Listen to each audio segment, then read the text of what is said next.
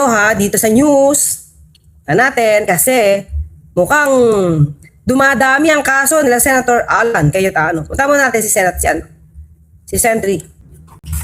Senator Sonny Trillanes ang mga kinasuhan niya ng cyber libel bukod sa mga tinaguriang Maleta Boys. Kalagkad na rin sa reklamo ang dalawang senador. Ang detalye sa Agenda Report ni Ched Gatchalian.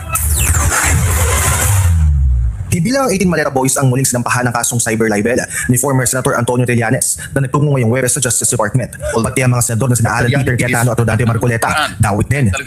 Ito ay ukol doon sa kanilang rogue blue ribbon. Teka lang ha, medyo pinalagpas niya ha. Si Senator Pia Cayetano. Wala siyang nagdala. Bumit-bit literally. Ha? Saan si Senator Robin? Diba? Ang nagbitbit siya si Senator Pia. Sentry. Kasama ba sila? Kasama ba si Senator Pia? Siya nagbitbit. Siya nag-allow. Diba? Committee hearing na ginawa nila at because of that wala silang parliamentary immunity.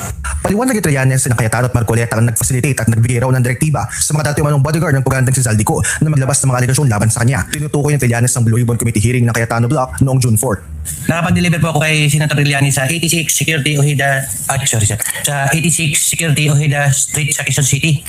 Kumbaga, Magdalo yun? Headquarters po ng Magdalo yun, sir. Git ang dating Diba? Siyempre, alam mo naman na headquarters yun, diba? Talagang dun pa. senador, wala nang authorities na Cayetano at Marcoleta para gawin ang naturang hearing, kaya wala silang parliamentary immunity. Naganap ang pagdinig isang araw matapos italaga sa Senador Win Gatchalian bilang acting Senate President. Inulit nila yung mga kasinungalingan na sinabi nila na nagbigay sila ng mali-maliatang pera sa akin para doon sa ICC. Hindi po totoo yun, kaya... Ayun, mga kailan. Alam mo, alam naman natin kung sino sinusuporta ng 18 Maleta Boys, ba? Duterte to. Kasi bakit? Nandiyan si Mike Titensor eh. Di ba kinall out na yung mga fake news peddler? Eh, kanino ba galing yun, mga Chris? Siyempre, DDS. Kinall out. Isa ito sa tingin ko.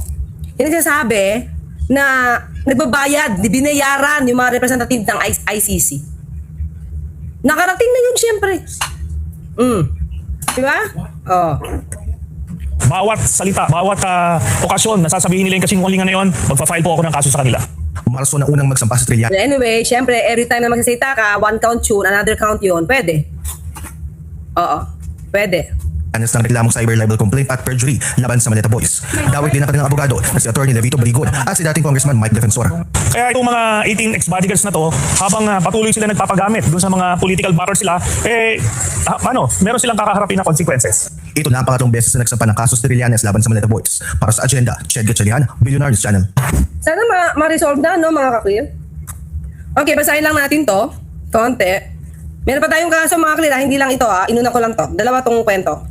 Trillanes adds to complaints versus 18 soldiers, 18 Maleta Boys. Ang bait pa naman ni Jun, Philstar, Cayetano, Marcoleta also sued. Okay? Okay. Former Senator Antonio Trillanes IV has added to the stock of libel and cyber libel complaints filed over allegations made by 18 former staff and bodyguards of fugitive former lawmaker Zaldico who have accused several public figures of receiving suitcases of cash. Trillanes filed a complaint before the DOJ on Thursday, June 25 against Senator Alan Cayetano, Rodante Marcoleta, along with 18 men or also disgraced soldiers who appeared in Cayetano's block's disputed Blue Ribbon Committee hearing on June 4. Okay? The June 4, 2026 so-called Blue Ribbon hearing is not an official hearing. Hence, does not fall under the absolutely privileged communications exception. Tama. Kasi ganito yun, mga clear. Okay? Ulitin lang natin, binunyag kasi ni Senator Marcoleta kung bakit di sila umaten ng 3 beses. 3 beses sa session. 3 session. Kasi alam nila, June 1, kung a-attend sila, patay na. Wala na sa posisyon si Senator Alan Cayetano as SP. Ganun din na ginawa sa June 2 and June 3.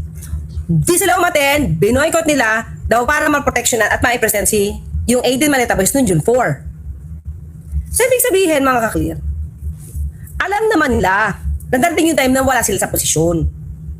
Pero pinilit nila kasi para ma-present. Ngayon, na nagkaroon ng botohan noong June 3, napili at natanggal na sila sa posisyon, yun ngayon ang ginagamit ni Senator Trillanes na wala kayo, hindi kayo matuturing na mayroong absolute privileged communications. Kasi pag may hiling mga clear, hindi ka pwede magsampa ng live kasi may privileged communication yan. Pero kung hindi to official, dahil di naman kayo, bogus kayo, di ba? Wala kayong protection. Yan. So the presumption of malice stands with respect to the defamatory remarks made by the respondents Cayetano and Marcoleta. So yun. So that's why, mga ka-clear, nagsampa siya ulit. Kasi may mga nauna siyang sinampa nung nagpa-interview to sa Club Filipino. Ba? So pangatlo na yata to. Tapos pangalawa, meron naman interview itong 80 Manila sa isang press con. Tapos ito yung pangatlo. Diba? Okay mga clear, so yan lang, no? Anyway, may kaso, kinasuhan din Senator Marcoleta at Senator Alan Cayetano. Pero ito mga clear, nabalitaan nyo na ba to? The Office of the Ombudsman has ordered Senators Alan Peter Cayetano and Robin Padilla to answer the complaint filed against them. The complaint was for alleged obstruction of justice. It was filed earlier this month by a coalition of civil society organizations. This was in connection with the departure of Senator Ronald Dela Rosa. So, may nagsampa. Dahil sa pagpapatakas nila, di umano, kay Senator Bato. Well, hindi naman makakaila yan mga kakli kasi talaga naman pinalabas nila. Pinalabas nila. Kahit may warrant of arrest. Di ba? Supposed to be, nandun yung NBI May 11. So, sinabi na may warrant of arrest, di ba? So, di nila kinuha kasi nagproklama o nagpa-declare, nag-motion si Senator Marcoleta para sa protective custody. So, syempre, magkakaliado sila, nag-grant at majority sila doon, natatime So, nabigyan ng protective custody, diyan pinatulog. May 12, natulog diyan. May 13, nagkagulo. After nun, pinakawalan. Nilabas. Kahit sinasabi na sa protective custody nila. Ba? From the Senate premises following a shooting incident last May 13. Former Acting Senate Sergeant-at-Arms Mao Aplaska was also ordered to answer the same complaint. The Ombudsman gave them a non-extendable period of 15 days from receipt of the order to submit their counter-affidavits. For updates, visit... Okay? So mga clear, si Senator Cayetano, si Senator Robin Padilla ay kinasuhan na sa Ombudsman. So ngayon, kailangan sila sumagot, explain nila bakit nila ginawa yun. Pero tingin ko ang kanilang magiging dito mga clear, ang kanilang magiging depensa dito, walang valid warrant of arrest. Tapos sasabihin nila dito, walang warrant of arrest issued by the local court. Pero tandaan natin mga clear, ang Supreme Court hindi pinatigil, walang TRO, kahit nagpa-TRO si Bato de la Rosa. Ibig sabihin, yung pagtugis kay Senator Bato ay naaayon sa rules. Diba? Kasi otherwise, dapat issue na yan ng TRO. So, dito siguro nagagalit si Senator Alan Cayetano, mga kaklir. So anyway, pinakita natin dito, ang mangyayari na naman yan, mga kaklir, kapag sila ay nakakasuhan sa mga ginawa nila mismo, ano ang katwiran na naman nila? Pinupolitika. Pero, di naman sila kakasuhan kung wala naman silang ginawa. Di naman yan tulad doon nakaraang administrasyon gagawa ng intiga, tapos kakasuhan ka, gagawa ng ebidensya. Dito mga kaklir, sila ang gumagawa ng aksyon, kaya sila nakakasuhan. Katulad nung 18 Maleta Boys. Nagsinungaling. According to Senator Trillanes. Inulit. Di ulit-ulit ang pagsisampa ng kaso sa kanila. At sino nag-facilitate para makapagsinungaling sila ulit? According to Senator Trillanes, si Senator Alan Cayetano at saka si Senator Marcoleta. Sabi ko patuloy si Senator Pia, siya nagdalay, saka si Senator Robin Padilla. Di ba? So ito, sino yung umaksyon? Sino yung gumawa ng mga aksyon na to? Di ba sila? Ngayon, sila yung kakasuhan, sasabihin na naman nila, pinupolitika sila. At sasabihin na naman ito, dinidiktahan na naman sila ng Malacanang. Di ba? Ito sa Ombudsman.